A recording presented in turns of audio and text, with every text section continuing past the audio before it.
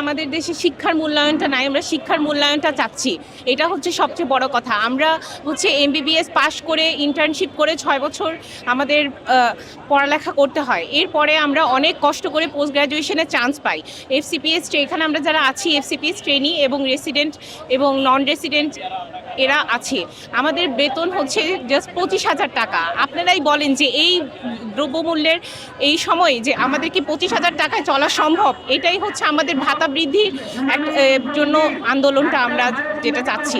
এবং এর জন্য আমরা শুধু এখন না, গত 3 বছর থেকে অনেক কষ্ট করে অনেক কিছু করে আমাদের বিভিন্নভাবে দাবি দাবা তুলে ধরা হয়েছে, কিন্তু তার জন্য কোনো কিছু আমরা মানে পাচ্ছি না, দিক নির্দেশনা এখনো আমরা পাচ্ছি না। তাই আমাদেরকে আজকে এভাবে নামতে হলো। এর আগে আমরা আপনাদের সড়কে দেখেছি, আপনারা আন্দোলন করেছিলেন এবং আন্দোলনের এক পর্যায়ে পুলিশ আপনাদের উপর, যখন আপনারা সড়ক ছাড়ছিলেন না তখন কিন্তু পুলিশ আপনাদের উপর অর্থাৎ লাঠিচার্জও করেছিল পুলিশ। এবং এরপরে আপনাদের কি আশ্বাসে আপনারা সেই দিন সড়ক ছেড়েছেন? এরপরে তখন আমাদের ভাতা বৃদ্ধির আশ্বাস দেওয়া হয় এবং বলা হয় যে 30,000 টাকা করা হবে, সেটাও করা হয়নি। সেখান থেকে মাত্র 5,000 টাকা বৃদ্ধি, 20,000 ছিল তখন আমাদের, যেটা 25,000 করা হয়েছে। এখন এইটা তো আসলে সম্ভব হয় না। আমি মানে প্রশ্ন রাখতে চাই যে আমাদের সিনিয়র যারা আছেন বা সরকারের কাছে, যে মানে আমাদের স্যারদের, ড্রাইভার ভাইদের বেতনও তো এখন মানে 20,000 এর উপরে হয়। তো সেই ক্ষেত্রে একটা পোস্ট গ্রাজুয়েশন ট্রেনি যে দেশের সম্পদ, যে দেশকে আগায় নিয়ে যাবে, আমরা যদি নিজে মানসিকভাবে আর্থিকভাবে সুস্থ না রাখি, কিভাবে আমরা রোগীকে সুস্থ করব?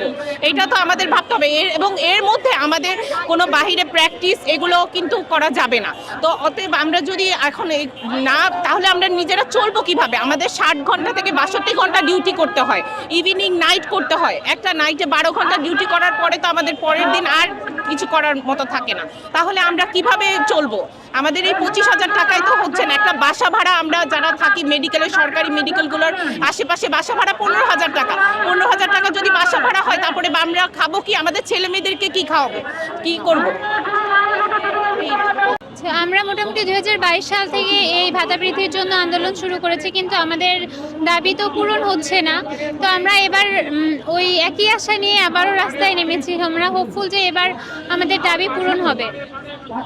আমরা দেখেছি যে আপনারা 2022 সালে একটা আশ্বাস পেয়ে আন্দোলন থেকে উঠে গিয়েছিলেন, অর্থাৎ রাস্তা থেকে উঠে গিয়েছিলেন। হ্যাঁ, সে আশ্বাস কি আসলে পূরণ হয়নি? না, আমাদের আশ্বাস তো পূরণ হয়নি। এখন আমরা হচ্ছে গিয়ে তখন দেওয়া হয়েছিল যে আমাদের ভাতা বৃদ্ধি হবে, কিন্তু পরবর্তীতে তো আমাদের ভাতা বৃদ্ধি হয়নি। আর হচ্ছে আমাদের যে 6 মাস পর পর 25,000 টাকা করে মান্থলি যেটা আমরা পাই, যেটা পাওয়ার কথা 25,000, তো আমরা 6 মাস পর পর একবারে পাই।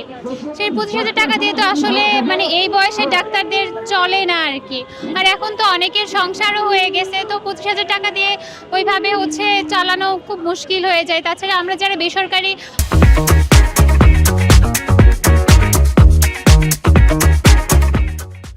মানে প্রশিক্ষণার্থী, তাদের তো বাইরে আসলে জব করা বা চেম্বার করা এগুলার তো নিয়ম নাই।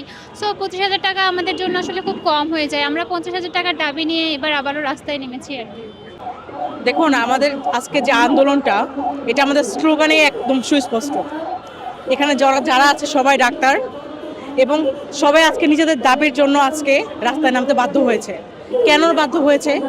দেশের সবচেয়ে মেধাবী একটা গোষ্ঠী, সেখানে তারা মাত্র 25,000 টাকায় 1 মাস তারা চাকরি করতেছে বা ট্রেনিং করতেছে।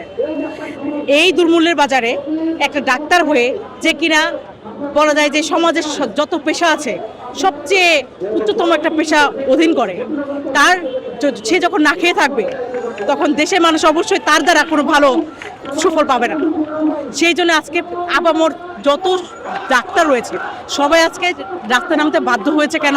নিজের পেটের দায়, নিজের অস্তিত্বকে টিকিয়ে রাখার জন্য, যে আমাদের অন্তত ভাতা 25 থেকে 50-এ উন্নীত করা হোক। আর এই যতক্ষণ পর্যন্ত আমাদের আজকে এই আন্দোলন ধরে না নেওয়া হচ্ছে বা আমাদের আন্দোলনকে অ্যাকসেপ্ট না করা হচ্ছে, ইনশাআল্লাহ আমরা রাজপথ ছাড়ব না। ধন্যবাদ। আপনাদের ঠিক দাবিটি কি বা কি কারণে আপনারা? আমরা আজকে রাস্তায় আমাদের ভাতা বৃদ্ধির আন্দোলন। আমরা পোস্ট গ্রাজুয়েশন বেসরকারি ট্রেনে যারা আছে, প্রাইভেট ট্রেনে, তারা আমরা বিগত 3 বছর ধরে ভাতা বৃদ্ধির জন্য আন্দোলন করে আসছি। তার পরিপ্রেক্ষিতে আজকের এই আন্দোলন।